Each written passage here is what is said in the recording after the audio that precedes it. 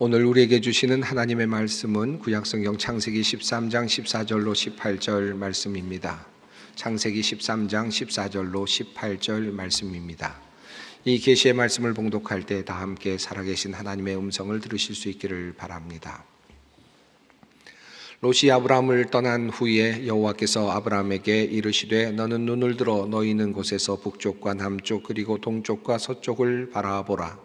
보이는 땅을 내가 너와 네 자손에게 주리니 영원히 이르리라.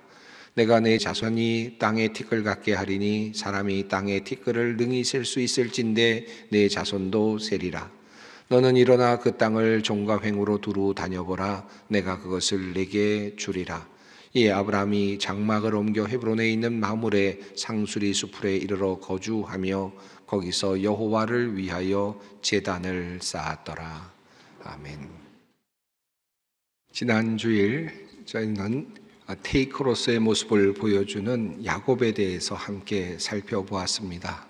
지난 주일로서 기버와 또 테이커에 관련된 설교를 이제 마무리하려고 생각을 했는데, 예배를 드리고 내려온 후에 성도님들 몇 분이 저에게 이렇게 이야기를 했습니다. 다음 주에는 기버에 대해서 이야기를 해주는 겁니까? 라고 그렇게 물으셔서 갑자기 부담이 되었습니다. 그러면서 제 마음속으로는 성경에는 기버가 많이 있을 테니까 그러면 기버에 대해서 한번 찾아보고 말씀을 나눠야 되겠다라고 생각을 했습니다. 그리고 열심히 성경을 찾아보았는데 생각보다 성경의 기버로서의 어떤 특징을 보여주는 분들이 거의 보이지 않았습니다. 의외였습니다. 하나님께서는 기버들을 통해서 많은 역사를 이루셨을 것이라는 선입관을 가지고 있었는데 도리어 그렇지 않았습니다. 하나님께서 사용하셨던 사람들은 때로는 욕심이 드러나기도 했고, 때로는 실수하기도 하고, 때로는 교만하기도 했던 사람들, 그런 이런저런 사연을 가지고 있는 사람들을 하나님께서는 사용하셔서 하나님의 역사를 이루셨고 하나님의 사람들로 그렇게 세워주셨음을 보면서 참 하나님의 은혜가 참 놀랍다라는 생각을 또한 하게 되었습니다. 하나님께서 우리에게 보여주시는 인물 중에 진정한 기본은 예수 그리스도이시지요. 그런데 이렇게 저렇게 성경을 찾다가 한 이름에 눈이 쓰였습니다. 그분의 이름은 바로 아브라함이었습니다. 저는 아브라함에 대해서 다시 한번 그의 인생을 돌아보았는데 그가 정말 복을 받을 만한 사람이었구나라는 사실을 다시 깨닫게 되었습니다. 그는 기버라는 그런 이름에 걸맞은 사람이었습니다. 그는 주는 사람이었고요. 그리고 자기의 것을 챙기지 않으려고 노력했던 사람이었고, 자기의 이익을 구하기보다는 다른 사람들의 유익을 구하는 그런 사람의 모습을 보여주고 있었기 때문입니다. 저는 오늘 여러분과 함께 이 기버로서의 아브라함에 대해서 함께 말씀을 나누려고 합니다. 여러분은 아브라함에 대해서 많이 알고 계시고 또 여러 통로를 통해서 설교도 들으셨고 또 말씀도 많이 읽으셔서 잘 알고 있는 내용들일 거라고 생각합니다. 오늘은 그 많은 이야기들 중에서 특별히 관점만 좀 바꾸어서 기버로서의 아브라함은 어떤 사람이었는가를 살펴보려고 하고, 그리고 이러한 기버 아브라함에게 하나님은 어떻게 대하셨는가, 어떤 복을 주셨는가 하는 것에 대해서 우리가 함께 살펴보려고 합니다. 기버로서의 특징을 보여주는 아브라함의 이야기 중에 두드러지게 나타나는 첫 번째는 바로 오늘 본문 앞서 나온 이야기입니다. 하나님께서 창세기 12장에서 아브라함을 선택하시죠. 본토 친척 아비 집을 떠나라, 내가 너에게 지시할 땅으로 가라 라고 말씀을 듣고 아브라함은 사레와 그리고 조카 롯을 데리고 이제 길을 나서게 되었습니다. 목적지는 하나님께서 인도하시는 가나안 땅이었지만 가나안 땅에 기근이 들자 그는 곧바로 애굽으로 내려갔습니다. 애굽으로 내려가서 그만 사레 아내를 빼앗길 그런 위기를 맞게 되죠. 바로에게 아내를 빼앗길 수 있는 위기가 있었습니다. 하나님께서 개입하셔서 그것으로부터 나올 수 있게 해주셔서 이제 아브라함 일행은 네게브를 지나서 이제 베델 지역에 머무르게 되었습니다. 그때쯤의 일입니다. 아브라함과 그리고 롯이 데리고 온 많은 식솔들이 있었고 또 가축들이 있었는데 그들이 작은 땅에서 함께 살 수가 없는 상황이 되었습니다. 아브라함은 롯을 불러서 이렇게 말을 합니다. 우리는 한 친족이라 나나 너나 내 목자나 내 목자나 서로 다투게 하지 말자. 내 앞에 온 땅이 있지 아니하냐? 나를 떠나가라. 내가 좌하면 나는 우하고 내가 우하면 나는 좌하리라. 자, 이제 아브라함은 이렇게 이야기합니다. 이제 조카에게 제안하는 내용은 네가 좋은 땅을 선택하면 내가 나머지 땅을 선택하겠다라고 하는 이야기를 하고 있습니다. 얼마든지 윗사람으로서 내가 좋은 땅 차지할 테니 너는 저쪽으로 가라 라고 해도 될 것 같은데 아브라함은 그렇게 하지 않았습니다. 조카 롯에게 선택권을 주었습니다. 네가 좋게 생각되는 그곳으로 먼저 선택을 해서 나가라 라고 하는 말이었습니다. 롯이 살펴보니까 요단 지역이 좋아 보였고요. 그리고 또 소알까지 물이 넉넉해 보였습니다. 그리고 또 소돔과 고모라 성이 있는 그곳이 마치 애굽처럼 도시가 발전이 되어 있어서 살기에 편해 보였습니다. 그래서 한마디로 롯은 자기가 보기에 좋은 곳을 선택합니다. 더 유리하고 좋은 조건이 있는 그 땅을 차지하죠. 그렇게 해서 아브라함은 롯이 선택한 것보다는 못한 곳에 머물게 되었습니다. 적어도 외관상으로 눈으로 보기에는 그러한 땅을 이제 아브라함은 갖게 된 것입니다. 양보하고 있는 아브라함의 모습이 잘 나타납니다. 자, 이렇게 양보를 하고 이제 롯과 그의 일행들이 좋은 땅을 차지하고 그쪽으로 가게 된 다음에 하나님께서 나타나셔서 아브라함에게 하시는 말씀, 그 말씀이 바로 오늘 본문 말씀입니다. 하나님은 아브라함에게 이렇게 말씀하십니다. 너는 눈을 들어 너 있는 곳에서 북쪽과 남쪽 그리고 동쪽과 서쪽을 바라보라. 보이는 땅을 내가 너와 내 자손에게 주리니 영원히 이르리라. 내가 내 자손이 땅에 티끌 같게 하리니 사람이 땅에 티끌을 능히 셀 수 있을진데 내 자손도 세리라. 너는 일어나 그 땅을 종과 횡으로 두루 다녀보라. 내가 그것을 내게 주리라. 하나님께서 말씀하시는 내용입니다. 이 말씀의 내용은 마치 이제 조금 못한 땅을 차지하고 있는 아브라함에게 주시는 위로의 말씀같이 느껴지기도 합니다. 제가 어렸을 때 저희 식구는 7식구가 함께 살았습니다. 할머님을 모시고 어머님, 아버님과 함께 4 또 형제가 함께 살았습니다. 제가 맏이었기 때문에 또 항상 모자란 것들이 많았고 또 먹을 것도 때로는 부족하고 또 필요한 것들이 많이 있었기 때문에 서로 가지려고 하는 일들이 꽤 많이 있었고 조금씩 서로 양보해야 되는 그런 일들이 꽤 있었습니다. 주로 양보하는 그 몫은 첫째인 저에게 있곤 했습니다. 제가 상황을 보다가 동생들이 가지려고 하면 제가 슬그머니 양보를 하곤 하죠. 그러면 아버님, 어머니께서 그것을 보시고는 저를 불러서 따로 저에게 칭찬의 말씀을 해주곤 하셨습니다. 그 칭찬이 참 듣기가 좋았습니다. 때로는 몰래 저를 부르셔서 조금 다른 어떤 것을 저에게 주시면서 저에게 위로를 해주시곤 하셨습니다. 형으로서 잘한다 라고 하는 그런 이야기를 들을 때마다 좀 마음이 뿌듯해지곤 했습니다. 그 재미 때문에 제가 자주 동생들에게 양보를 했던 기억이 있습니다. 저희 아버님, 아버님께서 저에게 따로 챙겨주셨다는 것은 제 동생들이 몰라야 될 것 같긴 합니다만은 그러나 늘 보상을 해주고 그렇게 격려해 주셨던 어머님, 아버님 때문에 저는 남에게 베푸는 법을 배웠던 것 같습니다. 그때마다 양보할 때마다 어머님, 아버님이 해주셨던 그 말씀처럼 바로 오늘 본문이 그런 말씀처럼 저는 느껴집니다.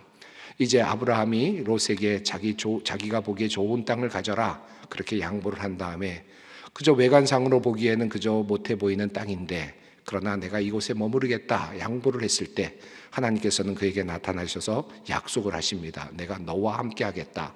내가 이 땅에서 네가 번성하게 해주겠다 라고 하는 하나님의 약속을 해 주셨습니다. 이것이 더 큰 은혜 아니었을까 생각이 듭니다. 주는 자, 기버로서의 모습으로 나타나는 아브라함의 또 다른 이야기는 창세기 18장에 나타납니다. 여호와께서 마물의 상수리 나무들이 있는 곳에 나타나게 되셨는데 사람 셋의 모습으로 그렇게 나타나셨습니다. 그런데 아브라함이 그를 만났을 때 하나님인 줄 알았을까요? 몰랐을까요? 히브리서 13장을 보면 손 대접하기를 잊지 말라 이로써 부지 중에 천사들을 대접한 이들이 있느니라 라는 말씀을 보면 아브라함이 이렇게 천사들을 대접하였을 때 하나님을 대접했을 때 아브라함이 몰랐을 수도 있겠다 라는 생각도 해보게 됩니다. 나그네가 그들 앞에 나타났고 나그네가 아브라함 앞에 나타났는데 아브라함은 그냥 그들을 보내지 않았습니다. 그가 그들을 어떻게 대우했는지 어떻게 영접했는지 성경은 자세하게 이렇게 적고 있습니다.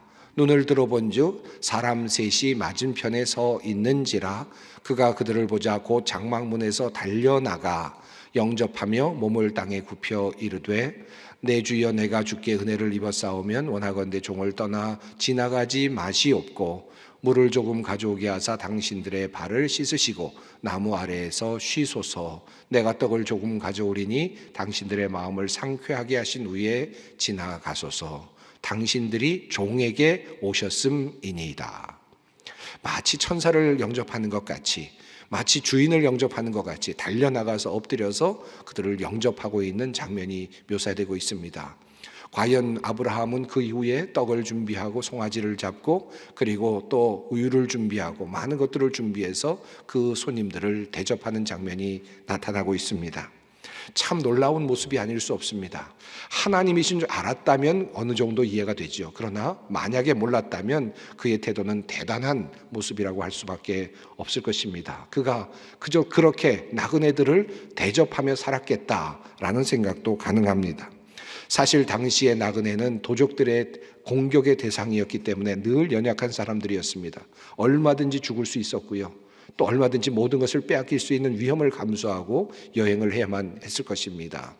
그런데 그래서 하나님께서는 나그네들을 선대하라고 그렇게 여러 번 성경에서 말씀을 하시기도 하셨습니다. 연약한 자들입니다. 그런데 아브라함은 그 나그네를 보고는 마치 천사를 맞이한 것처럼 그렇게 영접하고 그렇게 대접을 하였습니다. 기버로서의 아브라함의 모습이 또 나타나는 부분입니다. 나그네를 이렇게 선대한 아브라함에게 여호와 하나님께서는 이렇게 하십니다. 첫 번째로 그들에게 아브라함과 그의 가족들에게 약속을 주시죠. 이제 내년 이맘때쯤에 너에게 아들이 있을 것이다 라고 그렇게 말씀하셨습니다. 하나님께서는 이미 그 전부터 너희들에게 자손이 있을 것이다 라고 말씀하셨는데 그런데 이제 그 사람의 세 사람의 모습으로 나타나신 하나님께서 이제 아브라함에게 말씀하시기를 내년 이맘때쯤에 너에게 아들이 있을 것이다. 이제 그 약속이 현실이 되는 축복을 주십니다. 이 이야기를 듣고 사라가 웃지 않습니까? 내가 나이가 많이 들었고 이제 모든 것들이 여성의 생리도 다 끝나서 이제 인간으로서 어떤 생산할 수 있는 능력이 없는데 어떻게 낳을 수 있겠느냐라고 이야기하지만 하나님께서는 말씀하시고 그리고 그 일을 이루어 내셨습니다. 이 나그네를 돕고 있었던 아브라함에게 주셨던 하나님의 축복은 하나님의 약속이 현실이 되게 하시는 하나님의 그러한 복이었습니다. 그리고 나서 하나님께서는 아브라함을 대하시는데 마치 친구를 대하듯이 그렇게 아브라함에게 대하시죠. 하나님께서는 이제 길을 떠나시면서 아브라함에게 이런 말을 하십니다. 내가 소돔과 고모라 성을 멸하려고 한다 라고 하는 하나님의 뜻을 이야기하십니다. 하나님께서 단독으로 얼마든지 행하실 수 있는 일이었습니다. 그럼에도 불구하고 하나님께서는 이제 아브라함을 대화의 상대로 파트너로 삼으십니다. 그리고 하나님의 일을 하나님의 계획을 의논하시기 시작합니다.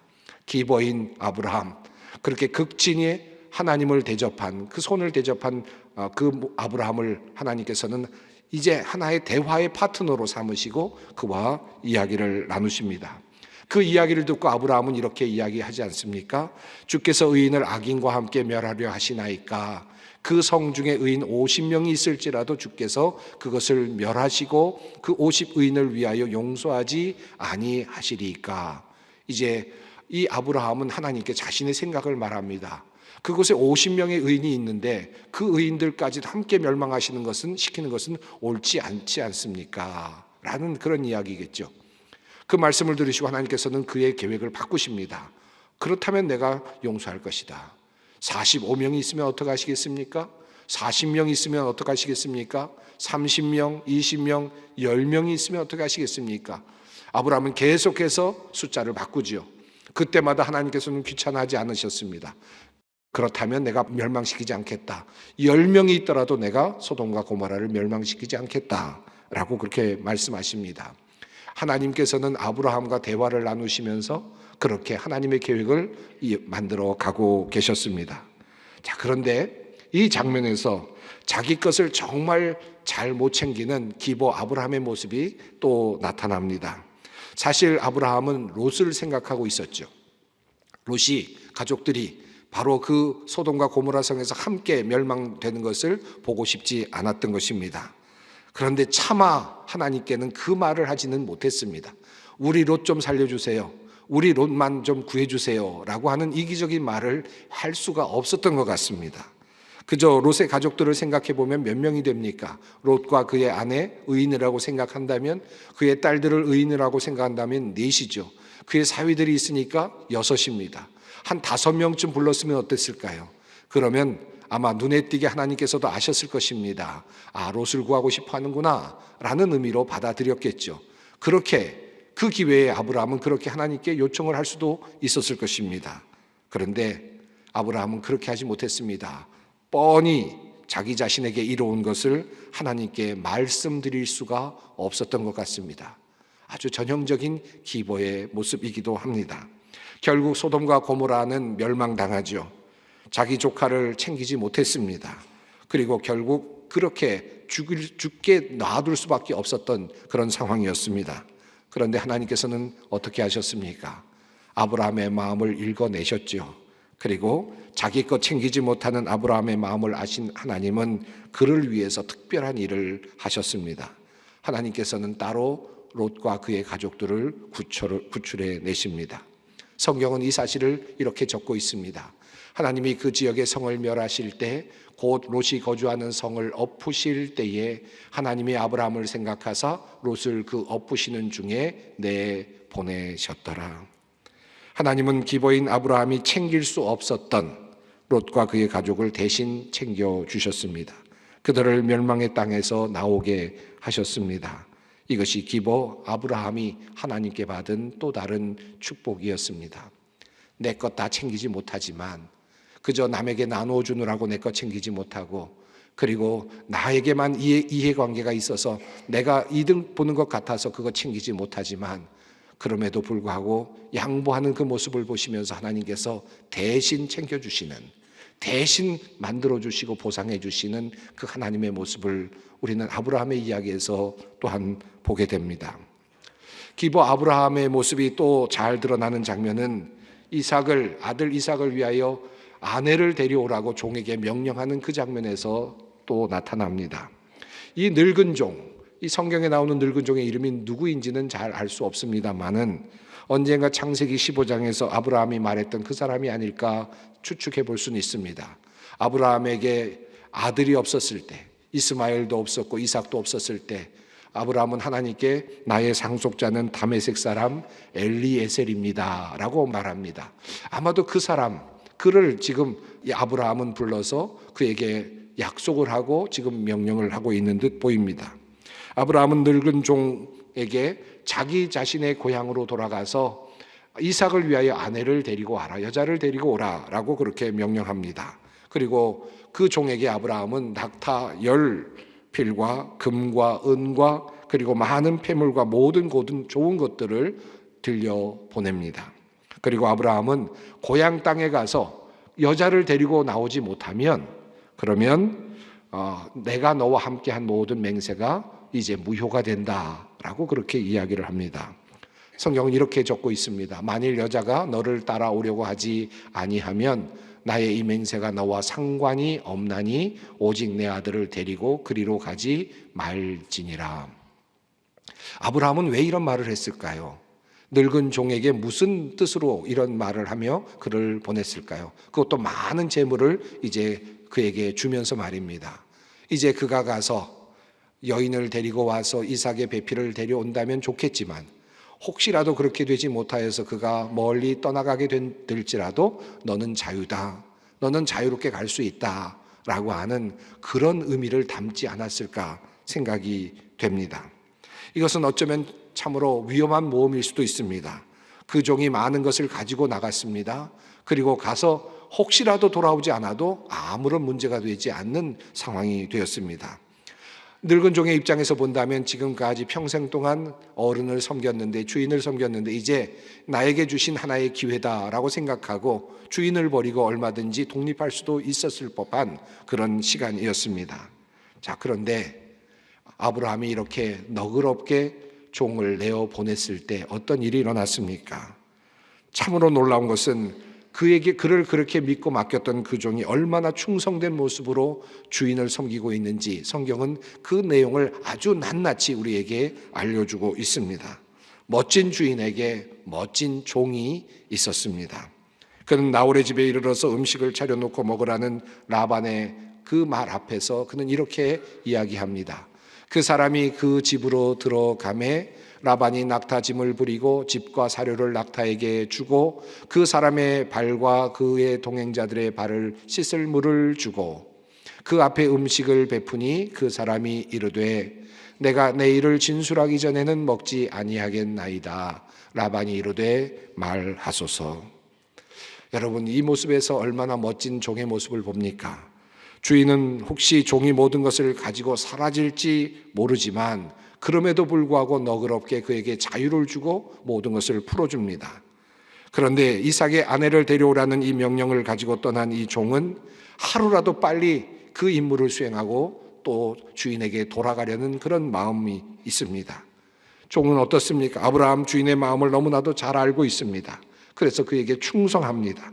하루라도 빨리 임무를 완성하기 위해서 먹는 것조차도 사양하고 임무를 먼저 완성하려고 합니다. 멋진 주인, 너그러운 주인, 주는 주인, 풀어주려는 주인. 그런데 도리어 그 주인에게는 멋진 종이 있습니다. 그럼에도 불구하고 충성하는 종, 그럼에도 불구하고 최선을 다하는 종의 모습이 나타납니다. 하나님은 기버 아브라함에게 이렇게 멋진 종을 선물로 주셨습니다. 우리가 인생을 살면서도 종종 그런 일들을 보죠. 나누어 주는 사람, 베푸는 사람, 도리어 자기 자신이 희생하고 다른 사람들을 살리려고 하는 그런 사람들을 봅니다. 그런데 그런 사람들 주위에 또 다른 충성스러운 친구들이 있고 또 함께하는 사람들이 있는 것을 종종 볼 때가 있습니다. 그래서 좀처럼 넘어지지를 않습니다.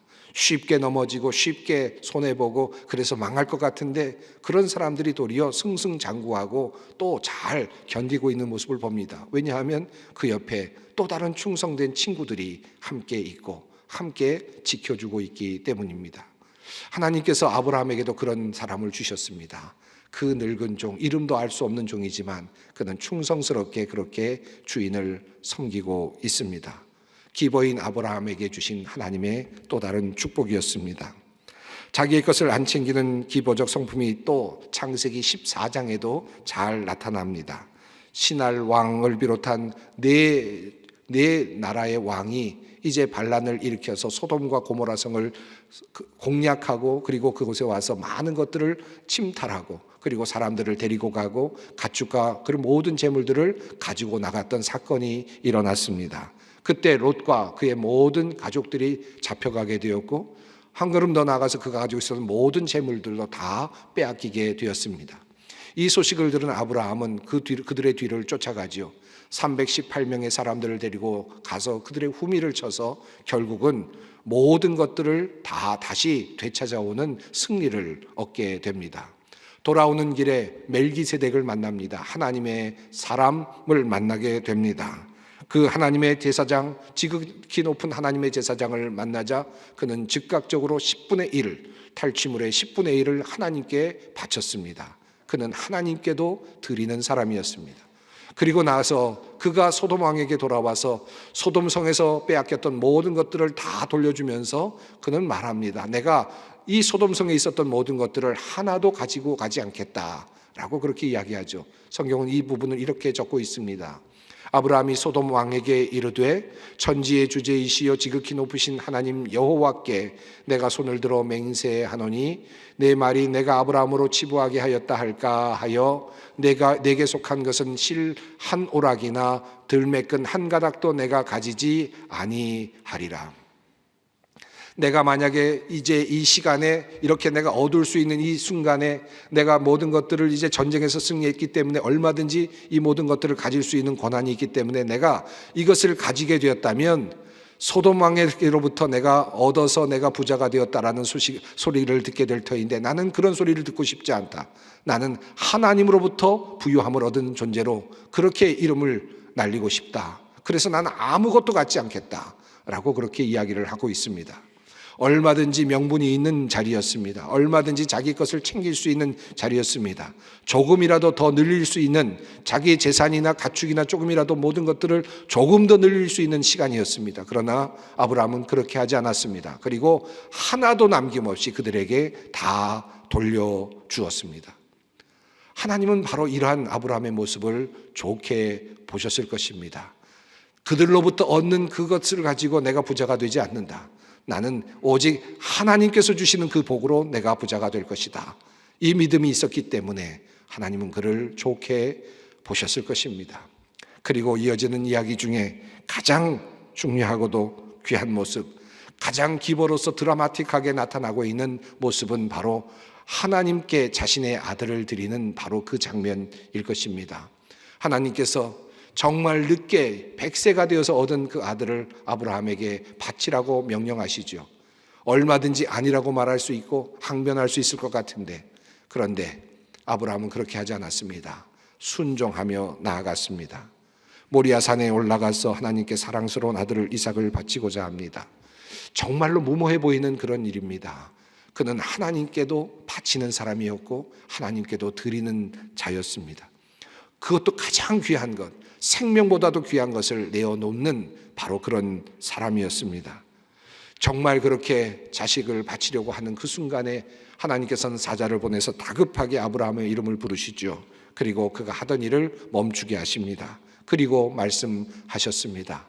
그 아이에게 내 손을 대지 말라. 그에게 아무 일도 하지 말라. 내가 내 아들 내 독자까지도 내게 아끼지 아니하였으니 내가 이제야 내가 하나님을 경외하는 줄을 아노라.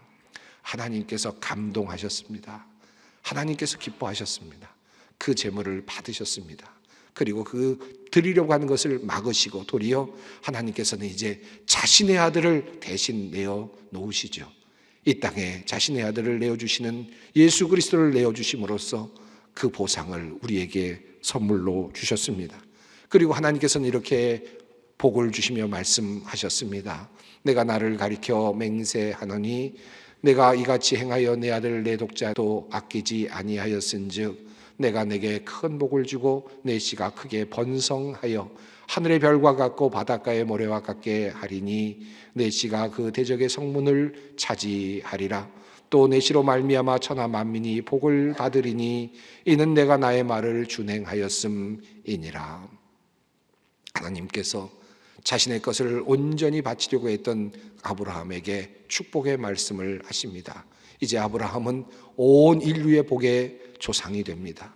모든 민족의 복의 조상이 됩니다. 그리고 오고 오는 모든 사람들에게 혜택을 나누어주는 사람이 되었습니다. 기버인 아브라함은 도리어 큰 복을 받는 자가 되었습니다. 그의 후손들이 은혜를 누리게 되었고 기버 아브라함을 통하여 모든 사람들이 복을 받게 되었습니다.